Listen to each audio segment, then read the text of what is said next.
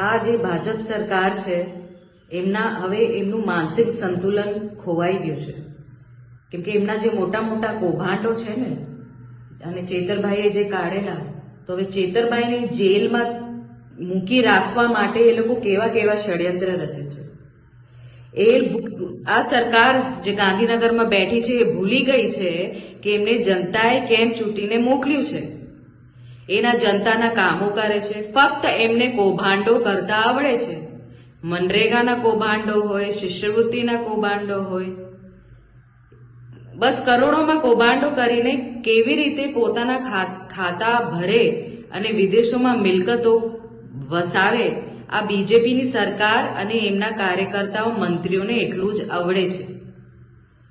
ચેતરભાઈની જામીન ના થાય એવી રીતે કઈ ના કઈ ષડયંત્ર વિચારતા રહે છે. મને નથી લાગતું અમને ઊંઘ આવે છે.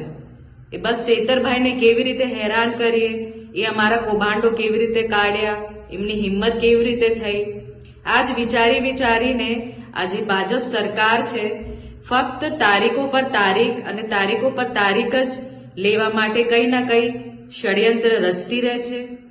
અને અમારા ચેતરભાઈ જે અમારા આદિવાસી સમાજના આગેવાન છે, એ અમારા આદિવાસીના હકની લડાઈ કરે છે. એક સામાન્ય માણસ, જે બિચારો ખેડૂત માણસ હોય કે એક મજૂર માણસના પૈસા આજે ભાજપ કે કોંગ્રેસના લોકો ખાઈ જતા હતા, એને ઉજાગર કર્યું તો એમને એટલું પેટમાં દુખી ગયું કે ચેતરભાઈના પાછળ પડી ગયા છે આ લોકો.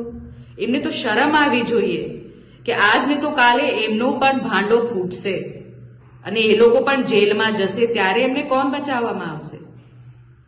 આટલા ચેતરભાઈ તો ચેતરભાઈને તો ખોટી રીતે ગુનો ના કર્યું હોય અને એવી રીતે એમને જેલમાં પૂરવામાં આવ્યું છે, ખોટા કેસીસ કરેલા છે. અને જે મર્ડરર્સ છે, રેપિસ્ટ છે, બુટલેગર્સ છે, જે કૌભાંડો કરેલા છે, એ લોકોને એક બે દિવસમાં જામીન મળી જાય છે. આ કેવું ન્યાયતંત્ર છે? તો આ ન્યાયતંત્રના ખિલાફ આ સમાજ ઉઠે. આ ભાજપ સરકાર જેવી રીતે ખોટા ષડયંત્ર રચીને એક ભોળી પ્રજાના પૈસા ખાઈ જાય છે અને એમને ઊંધું સીધું ભણાવે છે, તો અમારા ચેતરભાઈને તમામ સમાજ, આદિવાસી સમાજ ટેકો આપો અને આ લડત અમે ચોક્કસ જારી રાખીશું. અને ચેતરભાઈને ન્યાય મળે, અમે ચોક્કસથી આ લડત જારી રાખીશું.